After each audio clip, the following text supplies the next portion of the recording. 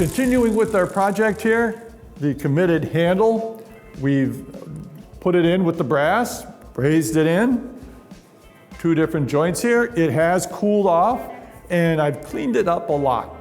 We're gonna do a little more work here. We gotta notice that the paint here has been scorched, but first we're gonna do is get close to a work, and it's a good thing that I've got a dropper post. That's better. So, to clean things up, sandpaper, we want to get the flux off because we get our primer on and our paint on. It's going to stick better. We get right down to the steel. That's looking better. And you can see around this bottle cage here, we're going to bring in the SCW cone wrench. It's going to let us get around and right up to that cage.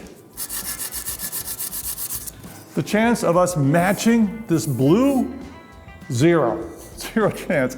So we're gonna do something interesting and contrasting.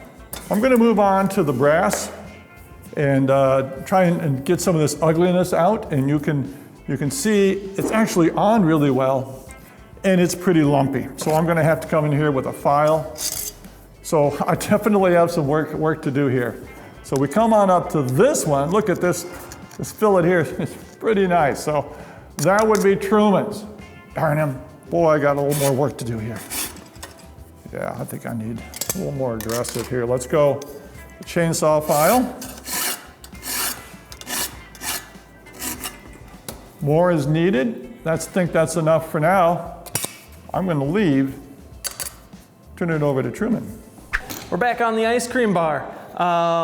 It's looking great, looking sweet. I think I'm gonna go right for some filing. You know, the filing, you can really remove quite a bit of material. The emery cloth and the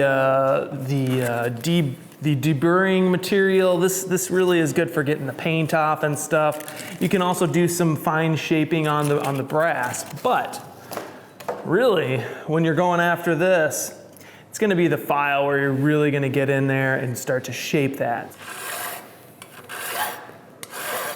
You want everything to be nice and rounded. We're dealing with round tubing. We're dealing with something you're gonna be using your hand on. So making things rounded.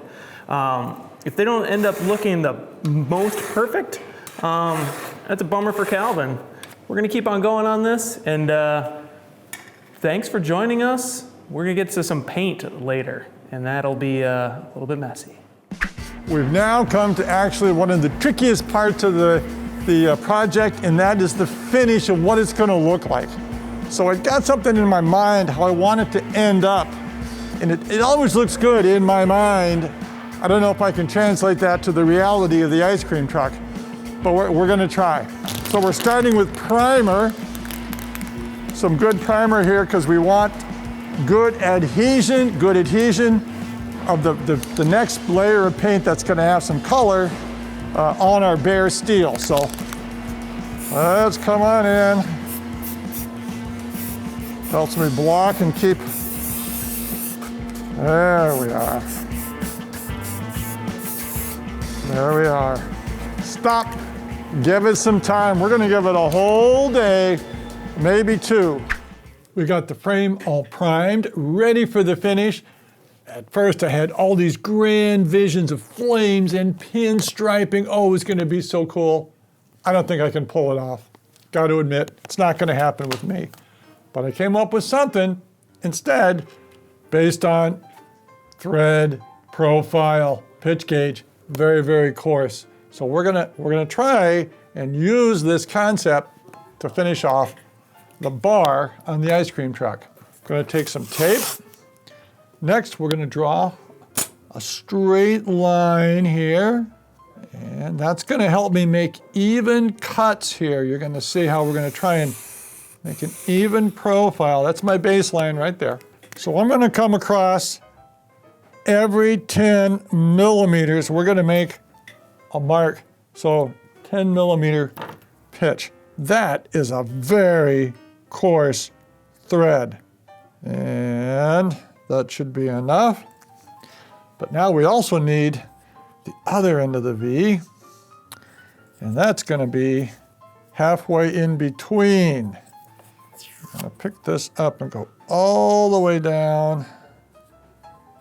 Okay, so now I'm going to come in between with the black dot. We take our tape and we hold it up, and now this tool I've come to like. This is the ZP. It's got that nice ground flat there. This really allows me to get in here nicely. I can get right to my mark, snip. I can see my lines nicely, and snip. I think we might have enough. Let's go put this on the ice cream truck. So we're ready for the last one to go on. You can see we've got 1, 2, 3. This will be the 4th. There we go. It's not the flames that I was thinking of, but it's going to be nice, I think. So I'm going to go over here and around that cage. See how the primer comes up there? And we're going to end it in the back. We're ready. We got the rattle can rattling.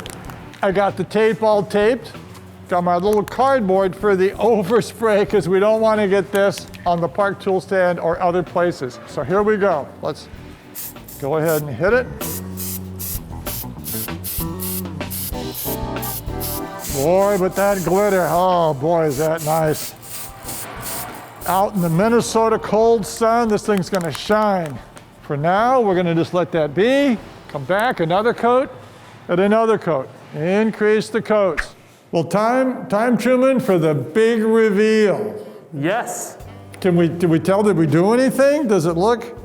I think they both turned out really nice. It's strong. I like them both. I think I might have some growth opportunity here. Well, Truman? I think our friend Old Shovel might have some tips for you. I need to watch Old Shovel to learn about this, but we did tape it up, and the color, boy, the color for some reason, I feel like I'm in Kansas for some reason, Truman.